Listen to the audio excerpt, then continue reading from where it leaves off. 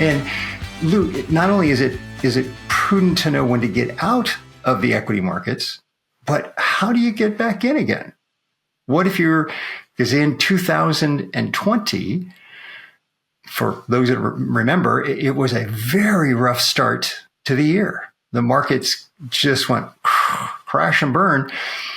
And at one point, we're down by over 30% just in the first month, and then rebounded from there. But so many people pulled out and they never went back in again, including some very well-known institutional portfolio managers that missed the whole rise in the market that happened in the start of the second quarter. So how does Beacon address something like that? When do they decide to get back in? That's as important, I think, to know is how do they decide when to get out? So could you speak to that for us? Right. So two things. The first thing you mentioned, RJ, was sectors. And folks asked us, why do we invest equally in all 11 sectors? And that's actually our first line of defense before we get to the stop loss, because we find, sectors like technology or energy can be very volatile, but there's other sectors involved. So our first line of defense is to have a correlation that's not equal to the market. We want to be prepared in periods of contraction, periods of market expansion, and we do that by investing in all 11 sectors. How do you not choose just one sector, overweight your portfolio to one sector? What you see on the screen here is a quilt type of diagram that shows each of the 11 sectors from 2010 to 2022, and they have different colors so we can easily follow them. I like let's start with the red one. Look at utilities. In 2010, utilities was one of the worst performers. So as a portfolio manager, you think, well, I don't want to invest in that. However, the next year, utilities is at the top. So you decide, okay, we're going to go ahead and stay or maybe even double down on utilities. The next year, it's the bottom. And you can pick pretty much any sector here, perhaps healthcare. See, healthcare is on the bottom the first year. Next year, it's closer to the top, closer to the top. And they go back and forth like this. But what we found by using 11 equal weighted sectors, we're pretty much in the middle of the range all the time. This is our first line of defense, to use all 11 sectors and have a diverse portfolio for our clients. So Chris found that losses have a more powerful effect on investment returns than gains do. This slide right here is very simple, but it shows if a portfolio drops 10%, what does it take to get back to even? And the chart here says 11%. So not 10%. Which is what most folks think. An easier example is if the portfolio goes down 50%, does it take 50% to get back to even? Absolutely not. The real answer here is it takes 100%. Example, $100,000 in 2000 to 2002 drops to $50,000. You don't need 50% to get back to even. That would only get you up to $75,000. You need the full amount, the full 50. And knowing that if you average 10%, it's going to take a number of years to get back to even. I love this slide. This is an illustration that shows the hare portfolio versus the tortoise portfolio. We all know the fable of the tortoise and the hare.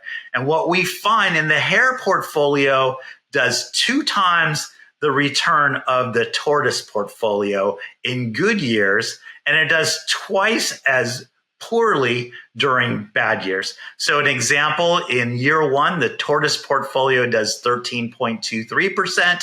The hare does 26.46%. In a down year, the tortoise portfolio goes down 18.5%. The hare portfolio goes down 30%.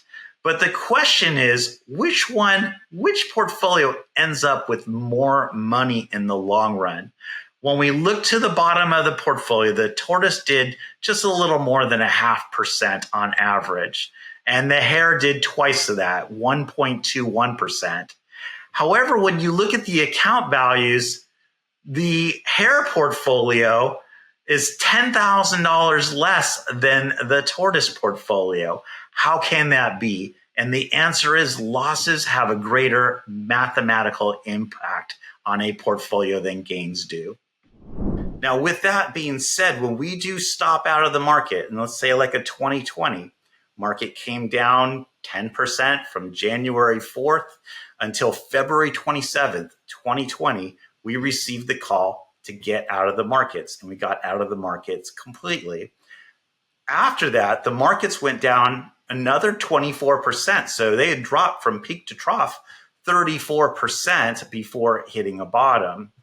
So when we decide to get back in, it has to do with how much time has gone by and what it takes to get back to even. We have a chart that we use that we reference every time we hit a high and every time the market hits a new low once we get out of the market. Our initial buyback is 15% from an established low. So 2020 was very unique because it dropped down so rapidly. And when it hit that bottom, we received a 15% rebound on March 27th.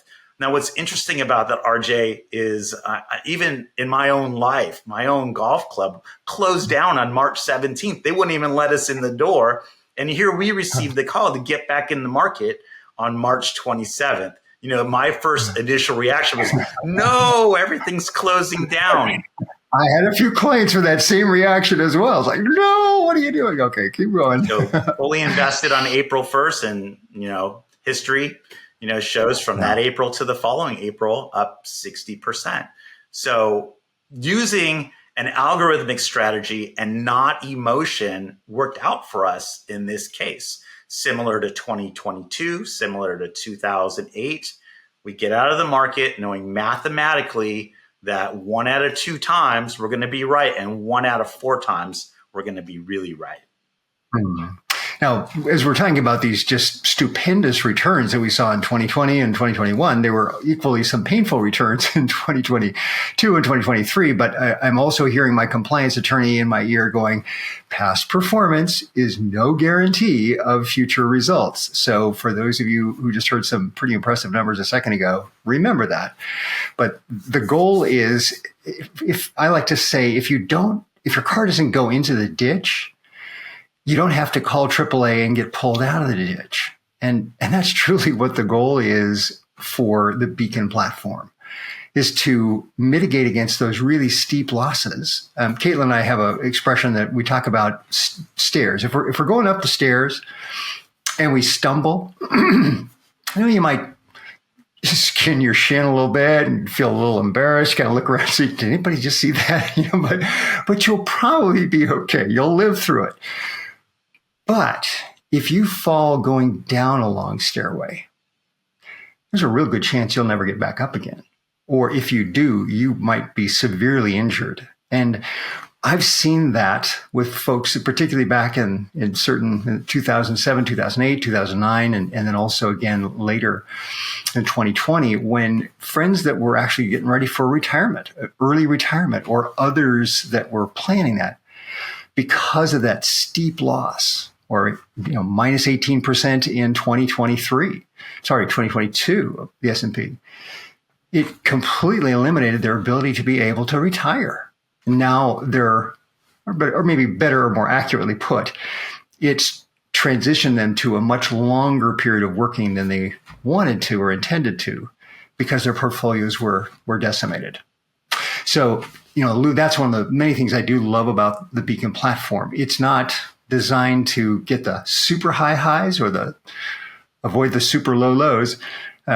It's really designed to keep our portfolios going down till we have confidence to invest in the equity markets. But at the same time, we know we've got that downside protection that clients want so much, particularly as we get older. And we want to know that you don't have to be looking at the Wall Street Journal every morning to see, oh no, how did my portfolio do? And can I really afford to retire when I'm planning on it?